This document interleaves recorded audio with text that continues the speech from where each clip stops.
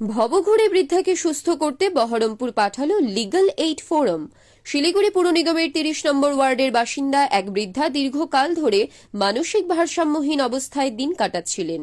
বেশ কিছুদিন ধরে তাকে রাস্তায় ভবঘুরে হিসেবে ঘুরে বেড়াতে দেখা যেত।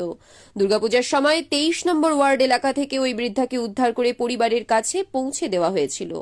এরপর স্থানীয় স্তরে তার চিকিৎসার ব্যবস্থাও করা হয়, কিন্তু তাতে তার অবস্থার কোনো পরিবর্তন ঘটেনি। বৃদ্ধার এই পরিস্থিতির কথা জানতে পেরে এগিয়ে আসে দার্জিলিং জেলা লিগ্যাল এইড ফোরাম। তারা সিদ্ধান্ত নেয় যে সঠিক চিকিৎসার মাধ্যমে তাকে সুস্থ করে সামাজিক মূল স্রোতে ফিরিয়ে আনা প্রয়োজন। সেই লক্ষ্যেই ফোরামের পক্ষ থেকে তাকে উন্নত চিকিৎসার জন্য মঙ্গলবার বহরমপুর মানসিক হাসপাতালে নিয়ে গিয়ে ভর্তি করা হয়। দার্জিলিং জেলা লিগ্যাল এইড ফোরামের সভাপতি অমিত সরকার বলেন, এই মানুষটি যাতে দ্রুত সুস্থ হয়ে স্বাভাবিক জীবনে ফিরতে পারেন সেজন্য এই উদ্যোগ নেওয়া হয়েছে। আশা করি যে বহরমপুরে উপযুক্ত চিকিৎসায় তিনি দ্রুত সুস্থ হয়ে ঘরে ফিরবেন। দার্জিলিং ডিস্ট্রিক্ট লিগ্যাল এইড ফোরামের উদ্যোগে এবং পরিবারের কাছে আমরা ওনার সুস্থ কামনা করি এবং উনি সুস্থ হলে ওনার ছেলেরা এবং ওনার পরিবারের লোকরা তাকে নিয়ে যাবে।